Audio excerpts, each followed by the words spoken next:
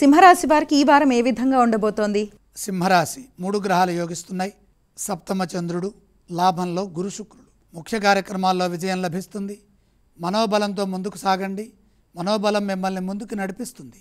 సకాలంలో మీ కర్తవ్యాలను మీరు ప్రారంభించండి. ప్రతిఫలం అందుతుంది. ఏకాగ్రతకు భంగం కలిగించే పరిస్థితులు ఎదురవుతాయి. సహనాన్ని కొందరు పరీక్షిస్తారు. వినయ విధేయతలతో ముందుకు సాగండి. మంచి కోసమై పోరాడండి. దైవ బలం కొన్ని సందర్భాల్లో కొన్ని కార్యక్రమాల్లో సహకరిస్తుంది. కొన్ని కార్యక్రమాల్లో మిశ్రమంగా ఉంటుంది. ఎందుకంటే 6 గ్రహాలు వ్యతిరేకిస్తున్నాయి. స్వల్ప విఘ్నాలు ఉన్నప్పటికీ మీ ధర్మం మీ సంస్కారం మిమ్మల్ని ముందుకు నడిపిస్తుంది. సంఘర్షణాత్మకమైన వాతావరణానికి దూరంగా ఉండండి. వివాదాలకు అవకాశం కల్పించవద్దు. ఒక ఉపద్రవం నుండి బయటపడతారు. ఆర్థికంగా కాలం సహకరిస్తుంది. ఎంత ఎక్కువగా పనిచేస్తే ఆర్థికంగా అంత మేలు జరుగుతుంది. అందుకు అవసరమైన కర్మసిద్ధి కలుగుతుంది.